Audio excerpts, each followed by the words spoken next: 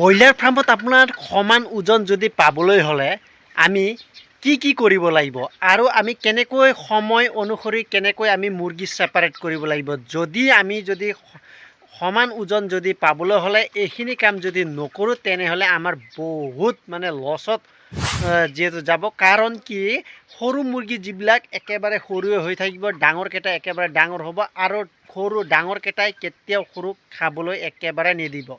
সেইটো বিষয়ে যিহেতু এইটো ভিডিঅ'টোত আপোনালোকক মই দিব গৈ আছোঁ, ভিডিঅ'টো আপোনালোকে স্কিপ নকৰাকৈ শেষলৈকে চাই থাকিব। নমস্কাৰ, Raju village poultry farm business গুৰু ইউটিউব চেনেলটোলৈ আৰু এটা নতুন ভিডিঅ'টোলৈ আপোনালোকক পুনৰ আৰু এবাৰ ৱেলকাম জনাইছোঁ। প্ৰিয় ফাৰ্মাৰসকল, আজি মই কিছুমান যে ফাৰ্মত এনেধৰণে থাকে যিবিলাক সৰু মুৰ্গীবিলাক একেবাৰে সৰু হৈ যায়, ডাঙৰকেইটা একেবাৰে ডাঙৰ হৈ যায়।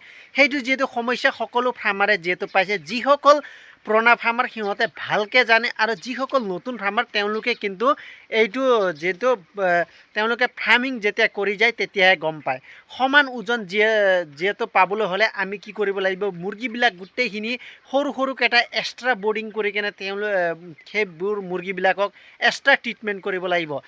ভিটামিন খুৱাব লাগিব, লিভাৰ অলপ বেছিকৈ খুৱাব লাগিব। য'ত আপোনাৰ 1 ml কে যদি আপোনাৰ ডাঙৰ মুৰ্গীবিলাকক খুৱাইছে সিহঁতক 2 ml কে খুৱাব লাগিব আৰু তাৰ কাৰণে এক্সট্ৰা দানা অলপ বেছি খাবলৈ মিনফা গ'ল এনেধৰণে মানে কিছুমান ভিটামিন প্লাছ যুক্ত মানে খাদ্য প্লাছ ভিটামিন খুৱাব লাগিব। তেতিয়াহে আমাৰ সমান ওজন হ'ব আৰু আমাৰ এফচাৰতো বহুত প্লাছ পইণ্ট হ'ব আৰু আমাৰ ৰিজাল্ট ভাল হোৱা সম্ভাৱনা দিশলৈ যাব। যদি আপুনি সময়ত যদি মুৰ্গীবিলাক যদি সৰু মুৰ্গীবিলাক যদি ছেপাৰেট নকৰে, ফাৰ্মত যদি ডাঙৰৰ লগত একেলগে যদি মিহলাই ৰাখে তেনেহ'লে পিছলৈ গৈ আপোনাৰ বহুত ধৰণৰ অসুবিধা আহিব। যিবিলাক মুৰ্গী ডাঙৰকেইটাই একেবাৰে খাব নিদিব।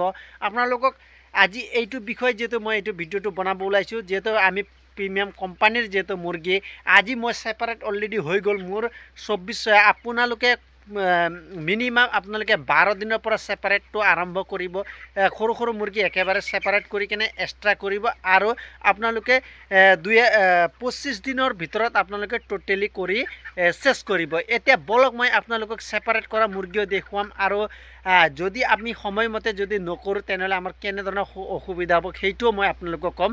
আৰু প্ৰিয় ফাৰ্মাৰসকল, আপোনালোকক যদি ভিডিঅ'টো যদি চাই ভাল লাগে তেনেহ'লে আপোনালোকে মোৰ ভিডিঅ'টো লাইক শ্বেয়াৰ ছাবস্ক্ৰাইব কৰিবলৈ একেবাৰে নাপাহৰিব। তাৰ উপৰিও নিজৰ বন্ধু বান্ধৱীসকলক আপোনালোকে ভিডিঅ'টো শ্বেয়াৰ কৰিবলৈ একেবাৰে নাপাহৰিব। বলক আজি প্ৰিয় ফাৰ্মাৰসকল, আপোনালোকে দেখা পাইছে এইবিলাক গোটেই ডাঙৰ মুৰ্গী। কাৰণ পোহৰ গৰম, বহুত গৰম হৈ আছে, ৰ'দ বহুত, যিহেতু বৰ্তমান বহুত ৰ'দ।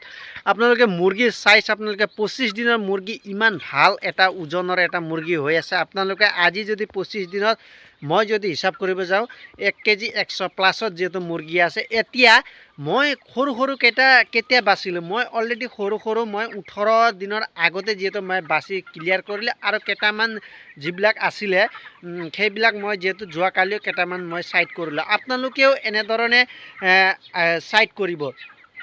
আপোনালোকে দেখা পাইছে সৰুবিলাক গোটেই মই এইটো বুডিঙত ৰাখিছোঁ। মিনিমাম ইয়াত 500-600 ওচৰা ওচৰি আছে। এইবিলাক গোটেই সৰু মুৰ্গী আপোনালোকে দেখা পাইছে, চাইজ একেবাৰে বেয়া হোৱা নাই। ইহঁতক মই ইহঁতক গৰম হ'লেও মই অলপ হ'লেও মানে এইবিলাকক ভিটামিন দিওঁ। আপোনালোকে যিকোনো ভিটামিন ইউজ কৰিব পাৰে, আল্ট্ৰাটিএমো ইউজ কৰিব পাৰে, জিপ্ৰমেনে ইউজ কৰিব পাৰিব। আপোনালোকে ক'লা নিমখটো যিহেতু খোৱালে পানী বেছিকৈ খায় আৰু এক্সটাৰ্নেল এ প্লাছ ভিটামিন আপোনালোকে খুৱাব পাৰিব। এইবিলাক সৰুকেইটাক যদি আপুনি ধুনীয়াকৈ যদি ওজনত যদি আনি লয় তেনেহ'লে আপোনালোকৰ ডাঙৰবিলাকেতো এনে 100% আপোনাক ওজন দিবই। আপোনালোকেও যদি ফাৰ্মিং কৰে তেনেহ'লে আপোনালোকে সৰু মুৰ্গীটো সদায় ছেপাৰেট কৰিবলৈ একেবাৰে নাপাহৰিব।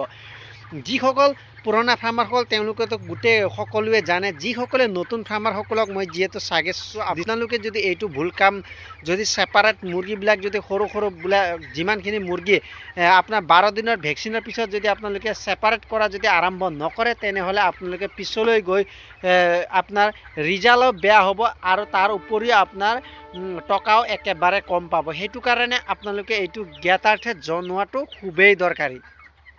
এতিয়া আমাৰ কিছুমান ফাৰ্মাৰসকলে কি কৰে, একেলগতে মুৰ্গী যিহেতু থৈ দিয়ে, মানে নক'ব এনেধৰণে ৰাখি দিয়ে, যিবিলাক ডাঙৰকেইটাই সৰুকেইটাক একেবাৰে খাব নিদিয়ে, ঠেলা হেঁচাকৈ ৰাখি দিয়ে, সেইটো আপোনালোকে ভুল কাম নকৰিব। এতিয়া বৰ্তমান সময়ত আমাৰ গৰম দিনত আমি অলপ মুৰ্গীবিলাকক যিমান পাৰোঁ অলপ পাতল কৰি ৰাখিব লাগে, আৰু ডাঙৰ কেইটাকটো আপোনালোকে একেবাৰে ছেপাৰেট কৰি ৰাখিব, নহ'লে সেইবোৰ ডাঙৰ মুৰ্গীকেইটাই একেবাৰে খাব নিদিব। আৰু পৰাপক্ষত আপোনালোকে কি কৰিব, ভুচি মেইনটেইনটো যিহেতু আপোনালোকে কৰিব, আৰু সৰুকেইটাক যিমান পাৰে আপোনালোকে গাইড কৰিব, আৰু এক্সট্ৰা যিমান পাৰে ভিটামিন খুৱাব, ভিটামিন খোৱা লিভাৰৰ পৰিমাণো বাঢ়াই দিব। এনেদৰে আপোনালোকে কৰি যদি যায় তেনেহ'লে তেতিয়া ছাকচেছ 100% ছাকচেছ হ'ব। নহ'লে আপোনালোকৰ সৰু মুৰ্গীবিলাকে লাষ্টত গৈ ইমান বেয়াকৈ মাৰ খুৱাই দিয়ে। আপোনাৰ ৰিজাল্ট যদি আপোনাৰ ভাল হৈ আছে, কিন্তু যদি আপুনি যদি সৰু মুৰ্গীবিলাক যদি আপুনি সময়মতে যদি ছেপাৰেট নকৰে তেনেহ'লে পিছলৈ গৈ আপোনাৰ বহুত ৰিজাল্টো বেয়া হ'ব, আপোনাৰ টকাও বহুত কম পাব। প্ৰিয় ফাৰ্মাৰসকল, মই এইটো ফাৰ্মতো মুৰ্গীবিলাক এইটো বৰ্ডিঙত যিহেতু মই ছেপাৰেট কৰিছোঁ, আপোনালোকে দেখা পাইছে। বাকীবিলাক তাত মই ছেপাৰেট কৰা নাই, বাকীবিলাক এনেই ৰাখি দিছোঁ। আপোনালোকে দেখা পাইছে আজি যিহেতু 25 দিনত মই গোটেইখিনি মুৰ্গী ছেপাৰেট কৰা কাম গোটেইখিনি ক্লিয়াৰ কৰিলোঁ, আৰু মুৰ্গীৰ গ্ৰ'থো আপোনালোকে দেখা পাইছে একো বেয়া হোৱা নাই, আপোনাৰ গ্ৰ'থো ধুনীয়া হৈ আছে। প্ৰিয় ফাৰ্মাৰসকল, আপোনালোকেও সৰু যদি মুৰ্গী আপোনালোকে সময়মতে যদি বাছনি নকৰে তেনেহ'লে বহুত আপোনাৰ সমস্যাত সন্মুখীন হ'বলগীয়াত হ'ব।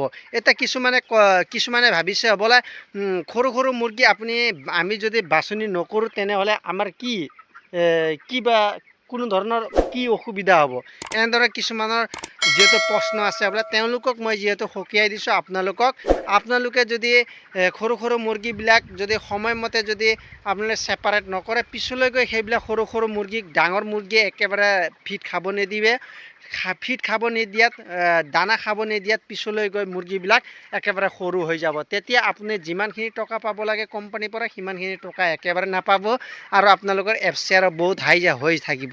সেইকাৰণে আৰু কিছুমানে এনেধৰণেও ভাবিব পাৰে, আমি ব্ৰইলাৰটো যিহেতু পুহিছোঁ, যি বৰ্ডিঙত দিছে সেই ধৰণে আমি কৰি গৈছোঁ, তেতিয়াহ'লে আপুনি যদি এনেধৰণে যদি ভাবিছে, আপোনালোকে সৰু কথা যদি ফাৰ্মিঙত যদি আপোনালোকে আওকাণ নকৰে তেনেহ'লে আপোনালোকৰ ভৱিষ্যতত ফাৰ্মৰ পৰা লাভ কৰিম বুলি আপোনালোকে কেতিয়াও নাভাবিব। সেইকাৰণে পৰাপক্ষত আপোনালোকে যদি ব্ৰইলাৰ ফাৰ্মিং কৰে তেনেহ'লে সৰু কথাই বহুত ডাঙৰ মেজৰ হৈ যাব। কাৰণ কি, ফাৰ্মত সদায় কম সময়ত যিহেতু কম সময়তে মানে আমাৰ কম সময়ত 40-45 দিনত যিহেতু লিফ্টিং হয়, সেইকাৰণে আমাৰ কম সময়ত আমি বহুত কথা আমি ভাবি চিন্তি ল'ব লাগে, আৰু গোটেই ষ্টেপতে আমি ভাবি চিন্তি ষ্টেপটো ল'ব লাগে।